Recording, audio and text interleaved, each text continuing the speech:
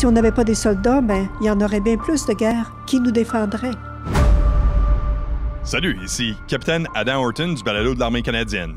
Aujourd'hui, le sujet de notre balado, ça va être les mères de la Croix d'Argent.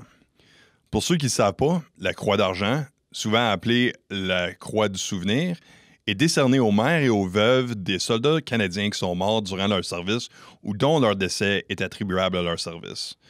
Nous rejoignant de la région de Kingston est Mme Sanson Daw, la mère nationale de la Croix d'Argent 2019. Bonjour, madame. Bonjour. Pour commencer, peut-être parlez-nous un petit peu de vous et votre famille. Je connais très bien le milieu militaire parce que ma famille, ils sont tous militaires. C'est un peu... Je me fais regarder des fois de façon un peu surprise parce que mon mari était militaire. J'ai eu 4 fils qui ont tous été militaires. L'aîné est à Ottawa. Il commande les forces spéciales.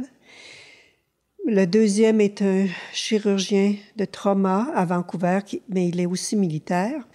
Et le troisième était militaire, mais il est sorti maintenant des forces, puis il travaille pour une compagnie américaine. Mais il a fait ses 5 ans. Ils ont tous gradué du collège militaire, sauf l'aîné qui lui n'a pas gradué du collège militaire, mais qui a obtenu 2 maîtrises du collège militaire par la suite.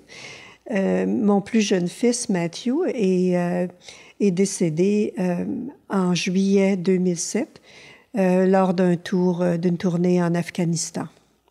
Alors, on a vécu la routine générale des familles militaires. On a déménagé à répétition. Je ne peux même pas dire le nombre de déménagements qu'on a fait.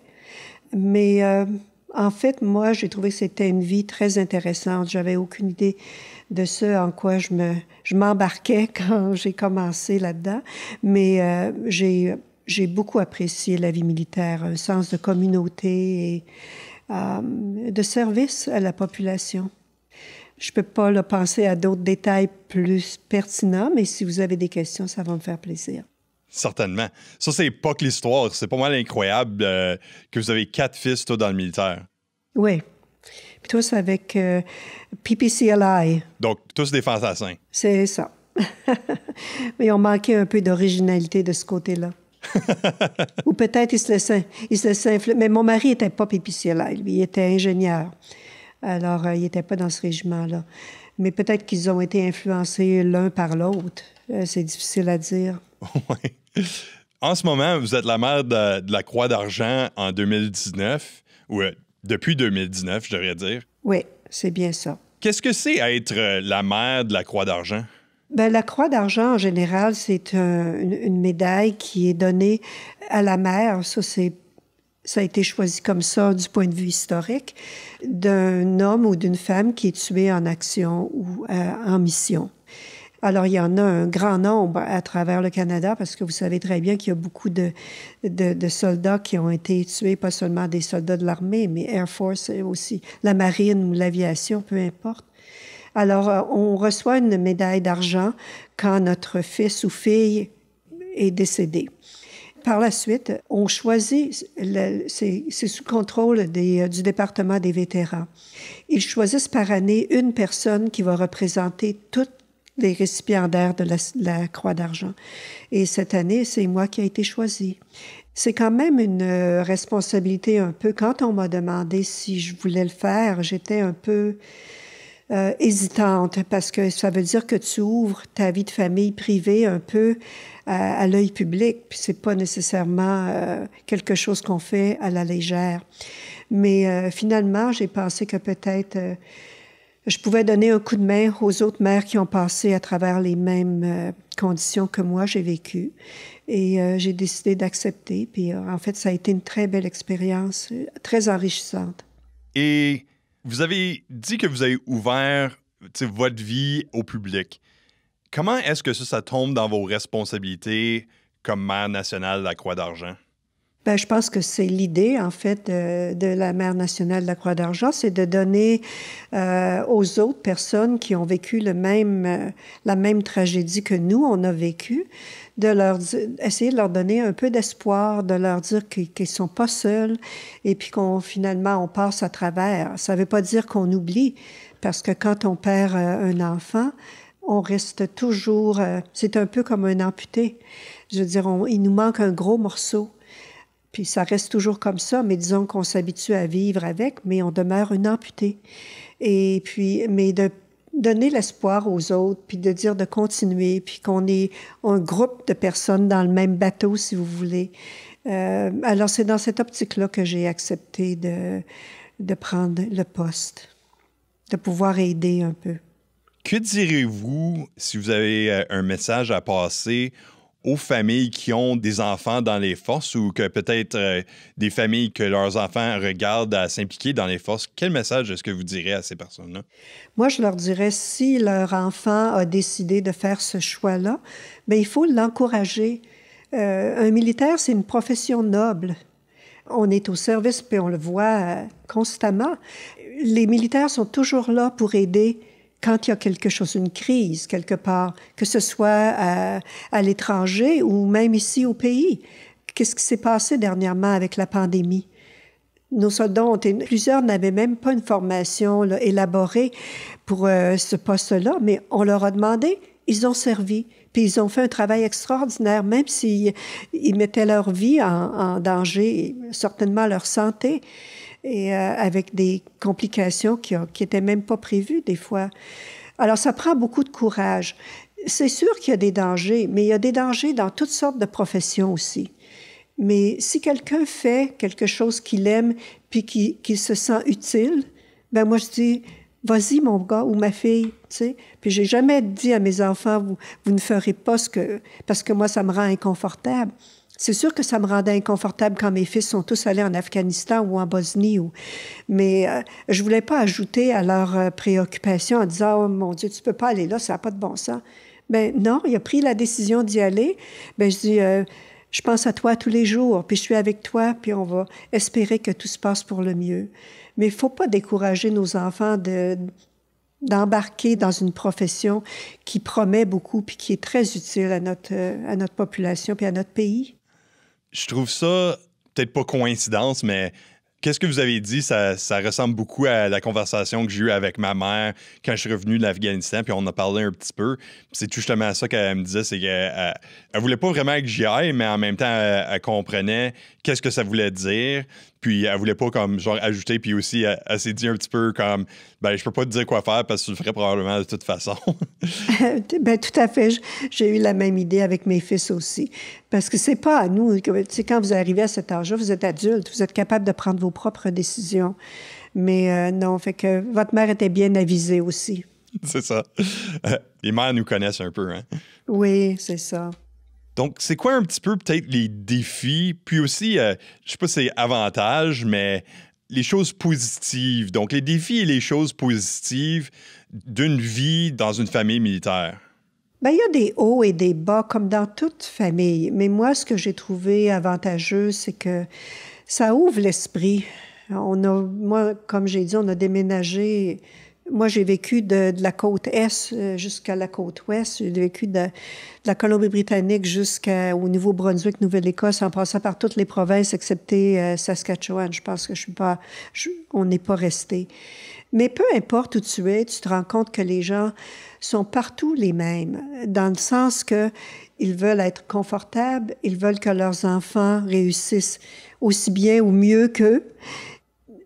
Alors, de faire ce contact-là en se déplaçant beaucoup, moi, je trouve que c'est une ouverture d'esprit que ça nous donne. Ça, c'est parmi les avantages. Puis les désavantages, bien, les déménagements à chaque 2 ans, 3 ans. Maintenant, je pense que c'est un peu plus espacé. Ils tentent peut-être d'aller jusqu'à 3 ou 4 ans. Bien, ça peut être assez difficile de temps en temps, changer les enfants d'école et tout. Mais ça dépend aussi comment on leur présente ça. Moi, je disais toujours à mes enfants qu'on présentait ça comme une aventure. Et on s'en va dans une nouvelle place, puis vous allez connaître d'autres amis, puis Alors, ça dépend si tu dis « Ah, je m'en déménager, que c'est donc pénible. » Mais non. Mais moi, je trouvais que c'était excitant. J'ai aimé ça beaucoup. Puis moi, j'étais avantagée par le fait que j'avais une profession qui était très mobile, si vous voulez. Je pouvais être employée partout où je voulais. Quand mes enfants ont été assez grands, moi, je suis physiothérapeute de formation. Puis partout où j'allais, j'ai été capable de travailler. Mais c'est sûr que c'est pas la même chose pour tout le monde. Alors, c'est plus difficile pour les familles dont le partenaire doit laisser un emploi ou ne peut pas suivre son partenaire parce qu'il y a un emploi qu'il peut vraiment pas laisser. Ça complique les choses. Mais j'ai pas trouvé de gros désavantages à la vie militaire. Moi, j'ai trouvé que c'était une aventure. Puis à un moment donné, quand on a pris notre retraite puis qu'on a décidé qu'on restait ici à Kingston, après que je me sentais vieillir tout à coup. On changera plus de place, ah. Mais non. Puis là, j'ai réalisé qu'il y avait bien des avantages aussi à rester au même endroit. On a pu s'adapter, faire des amis un peu plus permanents et tout. Mais non, j'ai pas trouvé de grands désavantages à la vie militaire. Moi, j'ai trouvé que c'était un plus plutôt qu'une expérience négative. C'est vrai que l'attitude, c'est qu'est-ce qui compte dans ces situations-là, certainement. Tout à fait. Si je comprends bien, vous êtes impliqué à un certain niveau dans une charité pour l'éducation des femmes en Afghanistan. Oui. Disons que j'étais pas vraiment au courant de cette organisation-là. Je l'ai connue peu avant que Matthew meure, en fait. Mais disons que quand mes fils sont allés en Afghanistan, sont tous allés sauf James. Ben là, j'ai dit oui, je vais m'impliquer. Puis c'est devenu de plus en plus important pour moi. Alors, c'est une organisation nationale. Il y a des branches à travers le Canada. Et puis, notre but, c'est de faire des levées de fonds pour soutenir l'éducation des femmes et des filles en Afghanistan. Puis, à date, on a fait des grands progrès. Je veux dire, c'est pas les nouvelles qu'on entend toujours à la radio et tout ça, mais il y a beaucoup, beaucoup plus de filles maintenant qui sont dans les écoles. Ils ont même de l'éducation en ligne, il y a des laboratoires. Alors, on fait des progrès. Puis ça, c'est très important. Dans presque tous les conflits à travers le monde, on se rend compte que si les femmes ont une éducation, elles vont transmettre certaines valeurs à leurs enfants, puis il y a beaucoup plus de chances d'obtenir une stabilité du point de vue des sociétés en général. Alors, c'est une très bonne organisation, et puis, non, je vais continuer d'en faire partie pendant aussi longtemps que je peux, mais non, ça va vraiment très bien. À date, même dans notre branche ici à Kingston, on a levé au cours des années là, plus de 300 000 $. Wow. Alors, ça va loin en Afghanistan, ça. Certainement. Oui, on soutient une école où il y a 400 élèves et puis on fournit des livres, de la nourriture, alors un paquet de choses, des uniformes. C'est pour les filles désavantagées qui autrement ne pourraient pas aller à l'école. Les buts, on les voit, le développement, ça se fait, puis c'est encourageant. Puis ça donne une impression de voir que peut-être notre grand sacrifice n'a pas été tout à fait en vain. Tu sais, la mission n'est pas finie même quand les soldats ont fini. Ben non. C'est vraiment, ça continue, puis vous contribuez encore. Ben oui. Puis ça, je trouve que c'est important que les vétérans le sachent. Parce que, sachant que ça continue, ça leur donne probablement une sensation qu'ils n'ont pas été là pour rien, que leur intervention n'a pas été inutile. Parce que, il faut bien le dire, hein, on n'aurait jamais été capable d'aller là, puis d'établir ces circuits-là si les militaires n'avaient pas été là en premier pour nous ouvrir le chemin. OK? C'est important que les vétérans sachent ça. Ça, c'est un vraiment beau message que je pense que des fois, surtout en revenant, on oublie que, tu sais, on revient à nos vies, on essaie de retourner à la normale. Puis c'est pas qu'on oublie, mais c'est juste qu'on concentre sur d'autres choses, puis la mission est un petit peu en arrière de nous. Puis c'est un vraiment beau message pour les soldats qui reviennent, que qu'est-ce qu'ils ont fait, ça compte toujours. Merci. Je suis contente que ça plaise à un vétéran. En parlant des vétérans, est-ce que vous avez un moment peut-être qui vous reste à l'esprit, quelque chose qui vous a touché, peut-être lors du jour de souvenir, ou est-ce que vous avez vécu quelque chose qui vous a resté? Bien, d'abord, je voudrais mentionner une des tâches de la mère de la Croix d'Argent. C'est d'assister puis d'aller déposer une couronne au monument lors de la cérémonie. Et ça, j'ai trouvé ça tellement touchant Puis tellement impressionnant. Je m'attendais à aller déposer la couronne. On avait répété et tout. Ça s'est fait assez facilement. Mais ce qui m'a impressionné au plus haut point, c'était de voir la population qui était là. Des milliers de gens, des jeunes, des vieux, puis il faisait froid comme toujours. Et puis des vieux vétérans enveloppés dans des couvertures qui ils voulaient être là.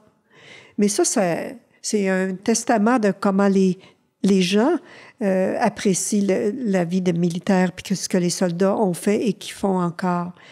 Ça, j'ai trouvé ça très intéressant. Avec l'approche du jour de souvenir, les Canadiens commencent à penser aux soldats qui ont servi. Est-ce que vous avez un message pour la population canadienne envers le jour de souvenir? Ben, je pense que le message est assez clair, en fait. Hein?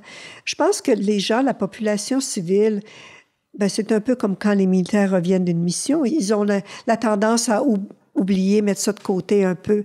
Mais pendant le mois de novembre, je pense que c'est rappelé à la surface, puis que les gens réalisent, surtout dans notre contexte actuel de conflits et de guerre partout, pensez-vous que les gens ne réalisent pas à quel point ils sont chanceux d'être au Canada? Puis d'être au Canada soutenu par nos forces qui sont là pour nous défendre, nous protéger inconditionnellement. Puis je suis sûre que pour la plupart des gens, ils l'apprécient. Il y a toujours des gens qui ignorent parce que sont contre la guerre. Tout le monde est contre la guerre. Mais si on n'avait pas des soldats, ben il y en aurait bien plus de guerres. Qui nous défendrait? Alors, je pense que il faut vraiment que les gens apprécient puis montrent leur appréciation. Ici, en tout cas, à Kingston, moi, où je demeure maintenant, puis j'assiste à des cérémonies à chaque année. On me demande d'y aller puis de parler souvent et tout. Puis à Ottawa, j'ai trouvé ça là, incroyable, le support qu'il y avait là des gens.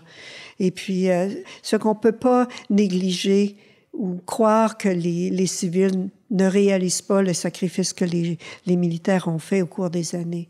Ça fait que non, je pense que moi, ça m'a étonné puis ça m'a agréablement surpris. J'entends aussi vraiment, vous avez une grande passion pour ces choses-là dans votre voix, dans votre réponse, là, comme je le sens vraiment, là, que vous êtes passionné de ce sujet-là. Ben j'ai été touchée, puis j'ai eu aussi la bonne fortune, j'ai été très gâtée parce que j'ai été invitée à accompagner un groupe de vétérans en Italie pour la commémoration de la campagne d'Italie. Puis là, ben, j'ai rencontré les vétérans de cette bataille-là, qui avaient entre 93 et 100 ans. Mais ils étaient d'une incroyable humilité, sens de l'humour. Celui qui avait 100 ans, j'avais une conversation avec lui à un moment donné. Il m'a dit qu'il avait célébré son 100e anniversaire sur le terrain de golf. Mais tous, il y en avait qui étaient un peu plus confus, mais c'était tellement impressionnant de parler. Ils sont tellement humbles, ils ne sont pas des héros. Ouais, tous les héros disent ça, hein? Mais quand on voit ce à quoi ils ont participé, qui ont passé à travers, qui ont souffert, puis non, eux autres, j'ai fait ce que j'avais à faire. C'est comme un bon soldat, tu sais. Ça fait que non, j'ai trouvé ça très impressionnant. Je trouve aussi, de l'autre côté, avoir été en France pendant des événements importants ou des anniversaires importants, les gens aussi apprécient beaucoup, au travers du monde, les vétérans, puis qu'est-ce qu'ils ont fait. Je me rappelle, je pense que c'était à Arras, le maire avait dit quelque chose d'extrêmement profond. Je me rappelle pas exactement des mots, mais la manière qu'ils se sont exprimés, puis le support des gens, c'est quelque chose de vraiment incroyable. Puis on se sent vraiment unifié à passer au travers de ces expériences-là ensemble, de différentes, comme votre perspective, ma perspective, la perspective des autres gens qui sont impliqués. C'est vraiment quelque chose d'incroyable. Oui, puis je pense qu'en Europe, c'est encore plus vivant parce qu'ils ont vécu la guerre, eux. Nous, heureusement, on n'a pas eu à faire ça. Alors, on n'a pas la même sensibilité à ces événements-là. Mais en Europe, partout où tu vas, quand on arrivait avec les vétérans, je veux dire, la population était là, à acclamer les vétérans, puis c'était tellement bienvenu partout. C'était incroyable. Je vous remercie vraiment pour avoir partagé vos émotions, vraiment, parce que je peux voir que on n'a pas vraiment le choix que ça soit un sujet extrêmement émotionnel, mais c'est pas toujours facile pour les gens d'en parler. Puis j'apprécie vraiment que vous ayez pris le temps de nous en parler aujourd'hui. Ça m'a fait plaisir. Merci encore de votre participation. Donc ça, c'était Mme Sanson-Dawe, la maire nationale de la Croix d'Argent 2019. Ça m'a fait plaisir. Au revoir. Au revoir. Ici Capitaine Adam Horton avec le balado de l'Armée canadienne.